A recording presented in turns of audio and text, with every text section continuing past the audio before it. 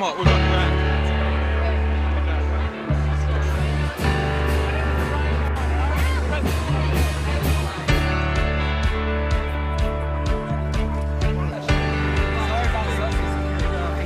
Hey guys, this is kind of nice. There's a little cabana out here. Presidential candidates can work up an appetite.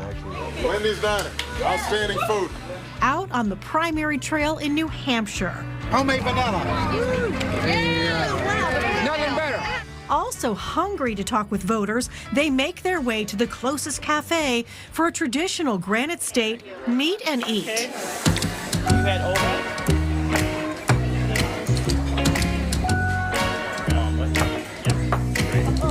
These places are tiny. They're tiny lunch counters, and there's not that much room for people.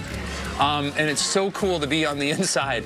We invited Darren Garnick for breakfast in a booth at Marianne's Diner in Derry.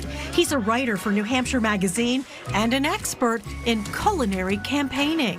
I love going to diners, and diners are just the ultimate photo op for presidential candidates. The great thing about the New Hampshire primary is you get a chance to possibly meet the next president of the United States, and in no other country can you do that. In fact, in many other states you can't do that. You have a minute or 90 seconds to of private time with a candidate who could be the next leader of the free world. He's even collected a few unusual edible souvenirs. In 2012, when Mitt Romney was the Republican nominee, I had him sign an ice cream cone on the Milford Oval.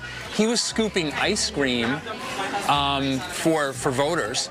That's Darren's nephew in the picture. So I had Mitt sign ice cream cones for myself and my nephew, and I think this is the only Mitt Romney autographed ice cream cone in existence. If it wasn't for the politicians, I mean, they kind of put us on the map here. The poodle-skirted staff at Marianne's love the memories, like Susan Ingalls. Barbara Bush, when she came in, absolutely beautiful. It was very nice waiting on her and her family. How are you? Very nice to meet you, ma'am. Here you go. And if you see our wall coming in, like there's all kinds of politicians and stuff. They love it. They love coming in here. Like the buses pull up, and it's like, and even the customers like, oh my God, who's coming in today?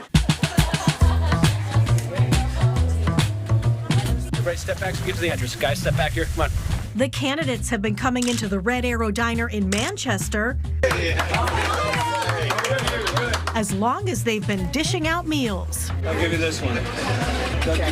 I'll wear it every day at work. Everybody comes to the diner to enjoy the comfort food, and this is where the candidates come. They shake their hands, look them in the eyes, enjoy some food. So this is where everyone usually comes, and we take pictures for the politicians.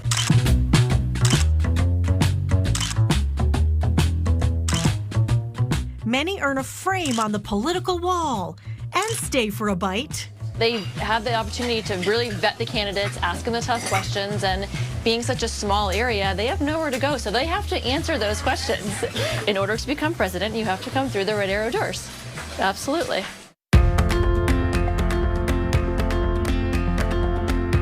It's no mystery there's a long history of rallying votes at restaurants, like John F. Kennedy Jr. taking a seat at a Nashua diner. The New Hampshire Institute of Politics documents it. You know, Jimmy Carter spent a lot of time in New Hampshire, and people had no idea who he was. He used to go to our cafeteria here at St. Anselm College and just sit there and greet people. Candidates can create memorable moments when they play with their food. There's a great picture of Gary Hart holding up a lobster. From lobster boils to state fair food and scooping chili on the campaign trail. Gary Bauer takes the pancake in the 2000 race. All right. Whoa! Oh, no! Oh, no! Candidate missing in action. Yes!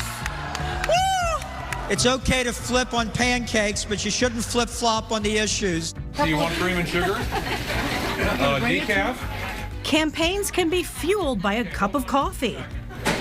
One decaf, one regular, cream and sugar in both. Al Gore found himself taking phone orders. I got to do an interview with WMUR. Do you watch WMUR? Absolutely, absolutely.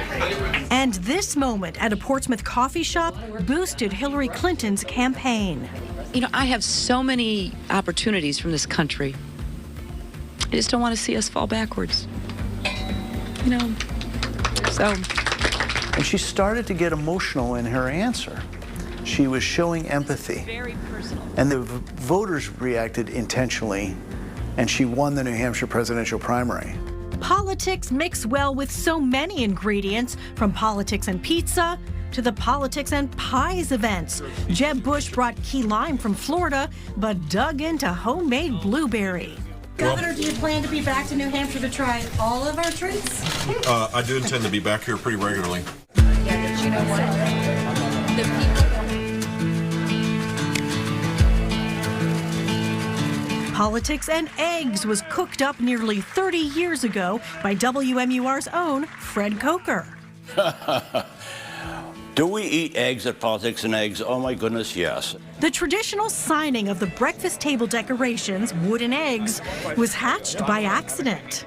The first time a person at the breakfast decided to get a speaker to sign the egg, that started a tradition of signing the wooden eggs. So now every candidate that comes to Politics and Eggs has to sign a whole basket of wooden eggs. I like when they write you a little note. Thanks for starting this great tradition. Yeah, and it is. It's become a must-stop in New Hampshire.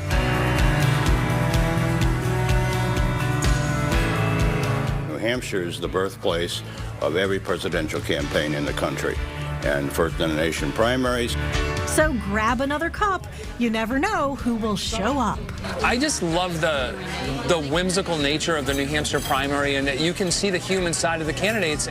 Seeing them over blueberry pancakes is just so much better.